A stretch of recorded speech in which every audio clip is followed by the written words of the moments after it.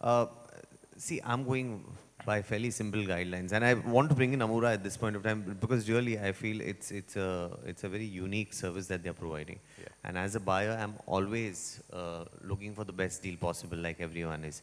And more importantly, that this is the rock bottom price. It cannot go below this. So I don't need to look elsewhere and move on with my investment or whatever purpose I'm buying that property for.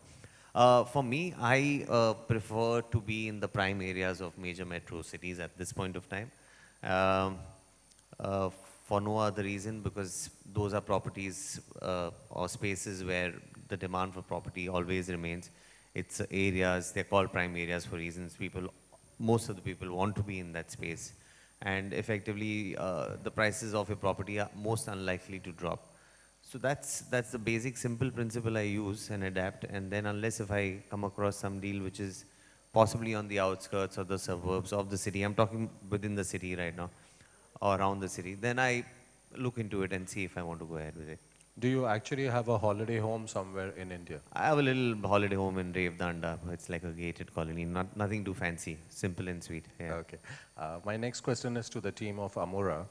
Could you share some statistics of the figures which you had in your first edition, and where do you look yourself with the second edition being launched? So last year, primarily we had more than 6 lakh of traffic landing on to the website in 15 days, and we generated more than 40,000 inquiries, and some 10,000 coupon downloads happened. Reason being, there was a... How many actual conversions were there? Conversions from whatever we could track and call back and all these things, they were upwards of 380 crore. We had spent around 4 crore last year on marketing. Some of the learnings that we got from last year were, last year we only had 60 developers. All the major brands, right from Tata to Godrej to Hiranandani's, for the first time were on a single platform. But in turn, what happened because of that was the average pricing of the inventory was in the range of 80 lakhs plus. So we probably missed out on the 50 lakh, which is the major market. So even if you see today in Mumbai or Pune, the major buying happens around in the suburbs, like Badlapur, Kalyan, Dombivli, Daisar and all those areas, where there is sub 1 crore pricing. And we did not have anything in that range last year. So this time we dropped the pricing. We said we want to work with more developers. We want to primarily do the due diligence, only no pre-launches, no soft launches. Projects which have either a ready possession or permissions are through. We will only go with that, but the entry point was made lower. So this time we are working with almost more than 300 developers actually. So that allows us to increase the reach. Now we have properties from 10 lakh, and we have consciously made an attempt that we go out into every micro market, do the research, get more developers on board in every segment. So we don't miss out, and this time the traffic definitely will be almost twice of what we had done last time. Sharman being on board again allows us to take it to the next level. Google has also put in a lot of effort with us because they have stopped GUSF now. So whatever the e-commerce push was to be done, they had done so. Now they are taking these initiatives with agencies. So that's the reason we've been working with them for the last 4 months to integrate as much technology, media, marketing strategies, and all these integrate into a fabulous platform that we can bring to the market. Okay, the next question again is to Sharman, is that you have Dussehra coming in. What is the costliest gift you've ever purchased on Dussehra so far? Sorry, I didn't get your question. Dussehra coming in. What is the costliest gift you have actually purchased on Dussehra or on Diwali?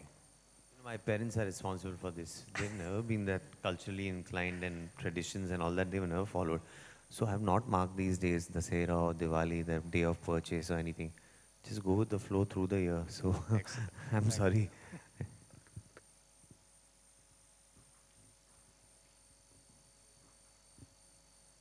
Hello, Regarding the, you have mentioned 10 cities, which cities? 10 cities.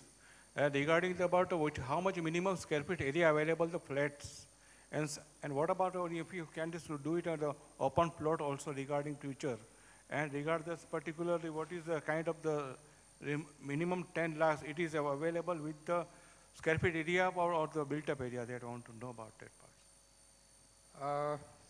So we are still adding cities. Right now we are focused on metros.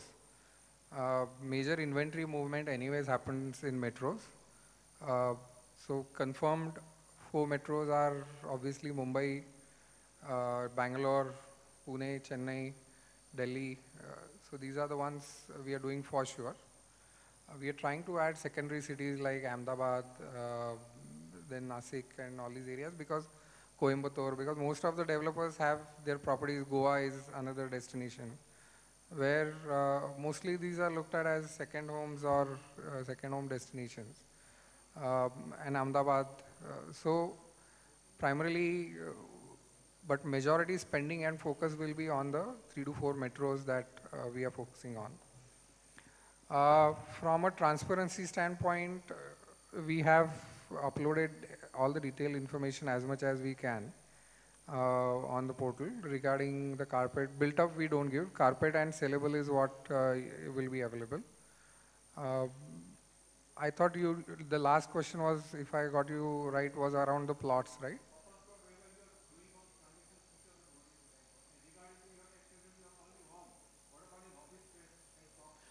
Commercial spaces we are not very focused on. This is purely for residential because primarily what happens in commercial transactions is it's a long drawn transaction because it's financially complicated.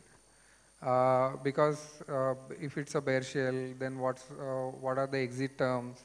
How much longer do you want it for? So commercial transactions probably can never be done on a flash sale kind of a platform.